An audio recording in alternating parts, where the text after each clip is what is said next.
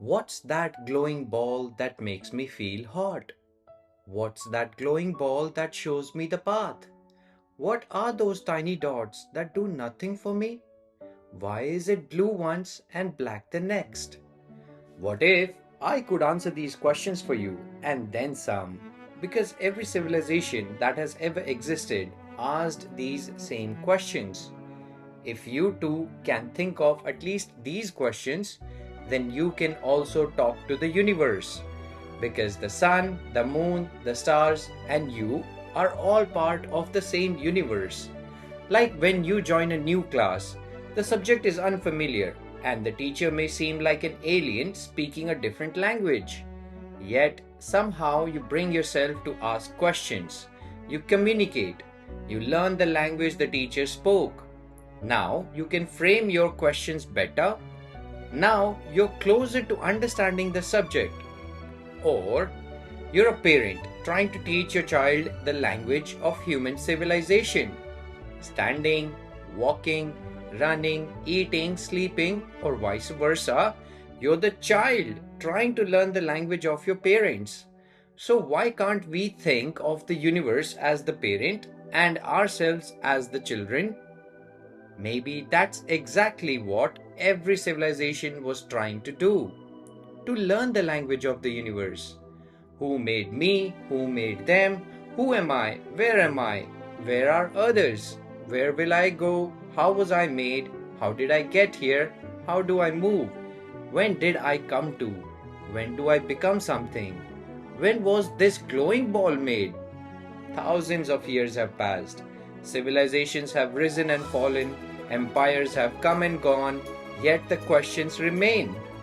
When was the last time you looked up at the sky and thanked the sun and moon for existing? When was the last time you thanked the earth for carrying you as it races through the universe? When was the last time you thanked the water that quenched your thirst? See, it's so simple to begin understanding the language of the universe. You simply start interacting with its components. Instead of seeing these elements as alien, what if we saw them as teachers? Teachers of subjects we know almost nothing about. Many living beings replicate themselves to create the next generation. So why can't the universe do the same? Maybe it kept replicating until we came into existence. Maybe it is still replicating itself and we simply don't notice it. Or maybe we are the ones helping it replicate. Maybe every living being is part of a much larger process, a process of transforming energy from one form into another. Maybe that's why every civilization eventually looked towards the sky. Maybe they understood something we have forgotten. Most ancient civilizations left behind signs of this conversation with the universe. Yet, we spent so much time debating what tools they used to farm or wage wars that we rarely stop to ask what they were trying to understand. What were they trying to tell us? Where are we moving if we can no longer decipher the questions that guided our ancestors? I am not saying there aren't people trying. Scientists dedicate their lives to understanding reality. Brilliant minds continue asking questions on behalf of all of us. But too often, their efforts are diverted by greed, power, and short term interests. Hardly ever in human history has a leader emerged who truly understood the importance of these questions. Again and again, brilliant minds pay the price. Again and again, humanity limits its own potential. Can you truly justify a leader who limits humanity's ability to understand the universe? Those who can learn should teach. Those who cannot should support those who can. It sounds simple, yet we often choose the opposite. Greed takes over. We choose ourselves before something much larger. Perhaps that is why conflict continues.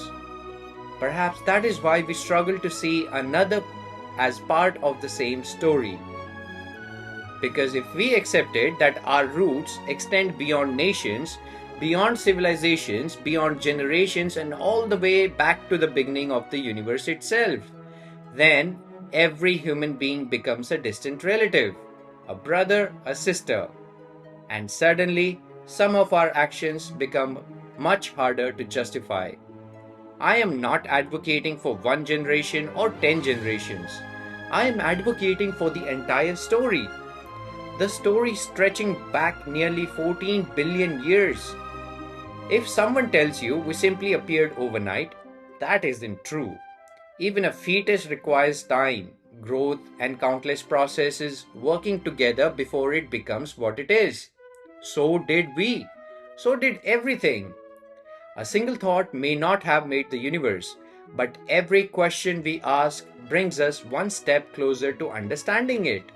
And perhaps that is our role, to ask, to learn, to teach, to participate.